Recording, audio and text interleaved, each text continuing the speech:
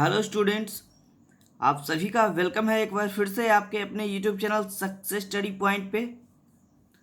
तो आज के टॉपिक को हम लोग जल्दी से स्टार्ट करते हैं। हमारा अभी तक टॉपिक जो चल रहा था वो चल रहा था हमारा हिंदी के बुक सॉल्यूशन का, ठीक है। तो जिन बच्चों ने पीछे के वीडियोज़ को नहीं देखा वो जाकर चैनल के प्लेलिस्ट में देख लीजिएगा, ठीक है। तो चलिए आज हम लोग बात करने वाले हैं। हमारा जो चैप्टर चल रहा था, खोखा वाला जो चैप्टर चल रहा था, हमारे चैप्टर का नाम था 20 के दांत। तो उसके हम लोग 4 क्वेश्चन को कवर कर चुके थे। तो आज हम लोग इसके 5वें नंबर जो कि सप्रसंग व्याख्या कीजिए टॉपिक से स्टार्ट होगा, ठीक है। तो वहाँ से हम लोग इस टॉपिक को स्टार्ट करेंगे। तो चलिए स्टार्ट करते हैं आज की क्लास को। सभी बच्चे अंत तक ज्वाइन करे रखिएगा क्लास को, काफ़ी इंपॉर्टेंट होने वाला है और इस टाइप के प्रश्न बार बार एग्जाम में पूछे जाते हैं। तो चलिए आज हम लोग बात करते हैं अपने पहले क्वेश्चन की ओर। देखिए हमारा पहला क्वेश्चन इस टॉपिक का कह रहा है, ये देखिए क नंबर में हमारा 5 के क में हमारा कह रहा है प्रश्न कि लड़कियां क्या है, कठपुतलियां हैं और उनके माता पिता को इस बात पर गर्व है। इस कथन का हमें जो है व्याख्या करना है, ठीक है।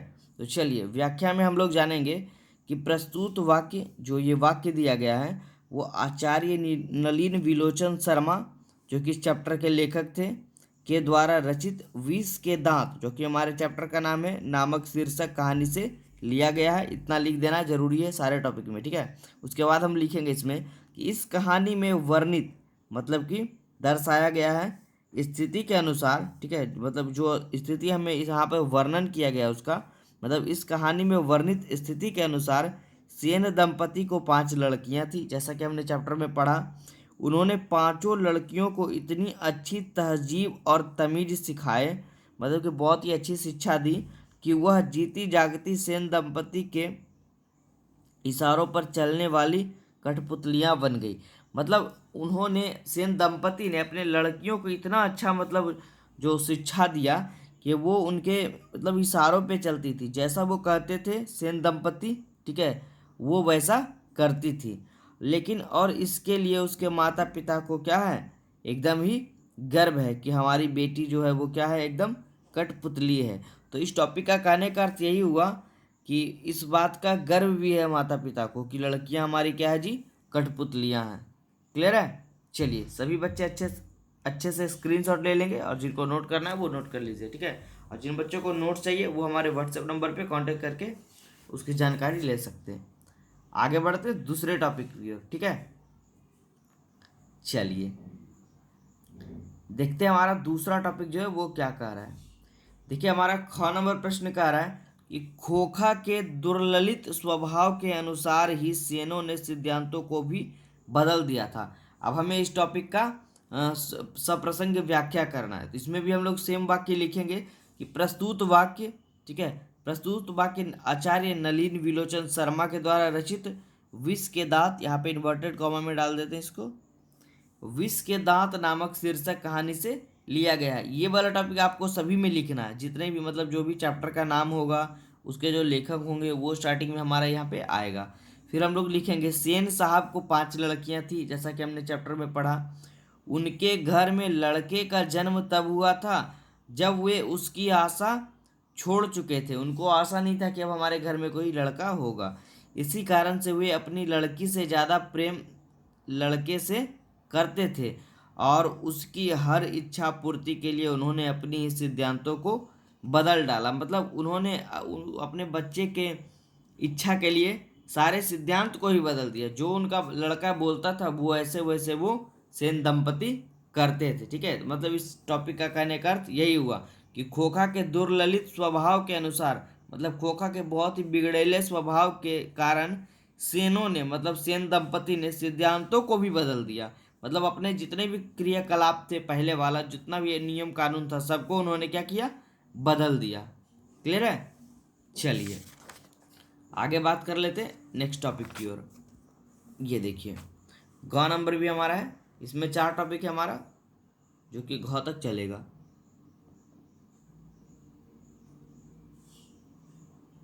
चलिए ग नंबर पे बात करते हैं। देखिए ये बहुत ही वीवीआई जी, बहुत बार एग्जाम में ये पूछा है कि ऐसे ही लड़के आगे चलकर गुंडे, चोर और डाकू बनते हैं। तो इस कथन का क्या अर्थ होगा, ये हमें इस चैप्टर में समझना है। तो व्याख्या में हम लोग लिखेंगे, ये भी हमारा इस चैप्टर का ही कथन है, तो लिखेंगे प्रस्तुत वाक्य आचार्य नलिन विलोचन शर्मा के द्वारा रचित विष के दांत नामक शीर्षक कहानी से लिया गया है।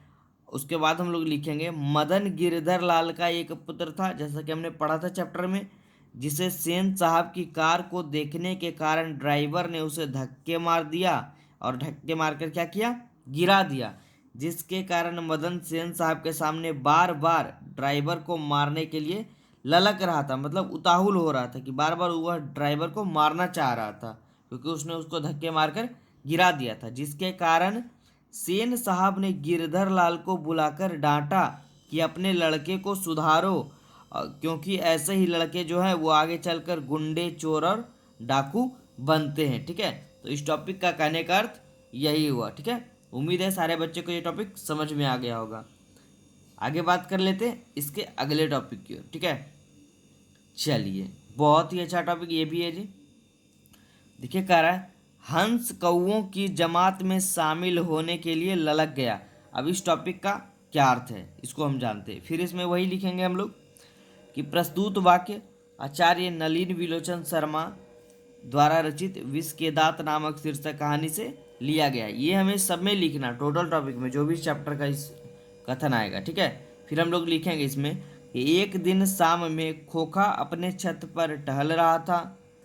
उसी समय पास की दूसरी गली से बच्चों के खेलने की आवाज़ आ रही थी, जो कि उसे सुनाई दी, जिसे सुनकर खोखा भी अपने घर से निकलकर उस गली में जा पहुंचा। उसे बहुत ही एक्साइटमेंट हो गया कि मतलब बच्चे कहाँ पर खेल रहे, चले चले थोड़ा सा देख लेते हैं।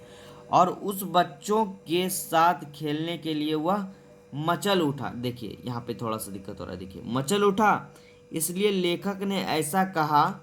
ठीक है, इधर देखते हैं फिर, इसलिए लेखक ने ऐसा कहा, ये देखिए, कि हंस कौओं की जमात में शामिल होने के लिए ललक गया। अब यहाँ पे समझिए, हंस यहाँ पे कह रहे हैं लेखक के अनुसार हंस किसे कहा गया है, खोखा को। यहाँ पे खोखा हंस का कार्य कर रहा है, या कौओं की जमात जो हम मदन और उसके दोस्त खेल रहे थे उनको कहा गया है कौओं की जमात। उसमें शामिल होने के लिए क्या हुआ, ललक गया, मतलब कि वह मतलब उतावला हो गया। ये जो था खोखा वहाँ पर जाकर खेलने के लिए उतावला हो गया। ठीक है, चलिए, तो एक और प्रश्न को हम पढ़ लेते हैं इस टॉपिक में, फिर हमारा ये टॉपिक आगे बढ़ेगा अगले पार्ट में। ठीक है, तो आराम आराम से एकदम पढ़ते जाएंगे, नोट्स बनाते जाएंगे और सारे बच्चे इसको याद करते जाएंगे। ठीक है, चलिए छठे प्रश्न की ओर बात कर लेते हैं इस वीडियो में। छठा प्रश्न हमारा कह रहा है सेन साहब के और उनके मित्रों के बीच क्या बातचीत हुई और पत्रकार मित्र ने उन्हें किस तरह उत्तर दिया। बहुत ही अच्छा प्रश्न है, कई बार एग्जाम में ये पूछा है। तो इसका राइट आंसर होगा कि सेन साहब और उनके मित्रों के बीच यही बातचीत हुई कि उनके लड़के भविष्य में क्या करेंगे। ठीक है, वो दोनों डिस्कशन कर रहे थे कि उनके लड़के जो हैं सेन साहब और उनके मित्र, कि उनके लड़के बच्चे जो हैं बेटे आगे चलकर क्या करेंगे भविष्य में। तो किसी मित्र ने जब पत्रकार से पूछा कि उनका लड़का स्कूल तो अवश्य जाता होगा, तब उन्होंने अपने मित्र को जवाब देते हुए कहा कि मैं चाहता हूं कि मेरा लड़का जो है वो जेंटिलमैन जरूर बने, और जो कुछ बने उसका काम है। ठीक है, जो कुछ बने वो उसका काम है, उसे पूरी तरह स्वतंत्रता है। मतलब उनके कहने का अर्थ ये हुआ कि वो अपने बच्चे को पूरी छूट दिए हुए थे कि उसका मन जो करे वो बने। ठीक है, उसका मन अगर पढ़ाई में लग रहा है तो पढ़ाई में लगाए, और अगर उसका मन खेल कूद में लग रहा है तो वो उसी में आगे बढ़े।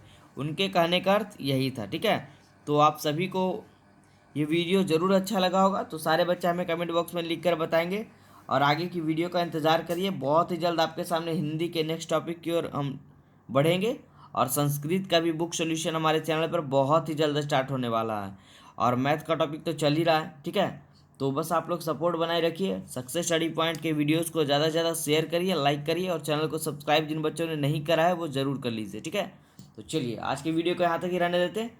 सभी बच्चे नीचे जो कमेंट बॉक्स हमारा खाली पड़ा है उसमें ज़रूर कमेंट करिए, और कुछ तो ज़रूर लिखिए। ठीक है, कि क्या आपको ये वीडियो अच्छा लग रहा है, और लाइक बटन दबा दीजिए। तो चलिए, थैंक यू।